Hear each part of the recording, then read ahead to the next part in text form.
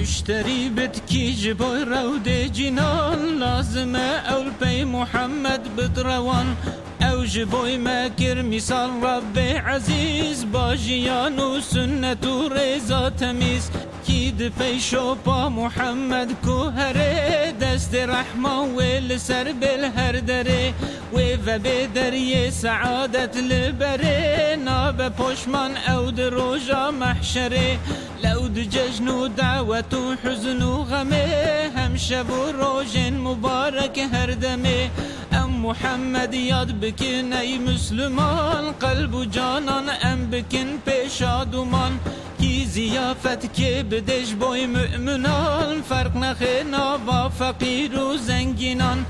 اوج مهبانا را بگره حرمته هم لمسکینا بکه پر شفقته هم لمالاوی دناف چند مؤمنین بیت خواندن مولودا نبی امین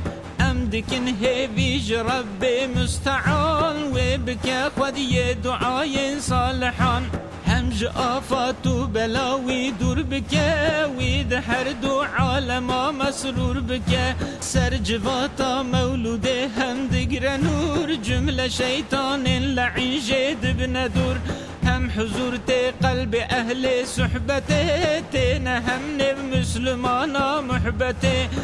دویم پیرا بزور و قهر و کین ببو وسیلش بوی بسلح و ابین اب نصیحت وعز و شیرت اب سلام خواندنا مولود پی بو خوش کلام ناب رحمان بیت گوتل کدره رف برف موجو ملکت و دره لو خود گو مجلس پاک و تمیز سر مقام پرمزندگرم عزیز دنگ حمد و ذکر انسان و ملک دگه سرقات سماوات و فلک ای برای تابع دین مبین تجوی خیر آمزن محروم نمین مشتری بت مسلم شاهنگوین تلکلی کامپر سیار بت هر دمی هر گلستانا گلات مش بکه خوش بکه جرگو دلات گش بکه حمد و تسبیح و سلاتان تو بخویل پی بخودی حیات و حلم و جین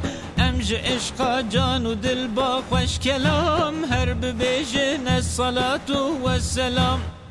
السلام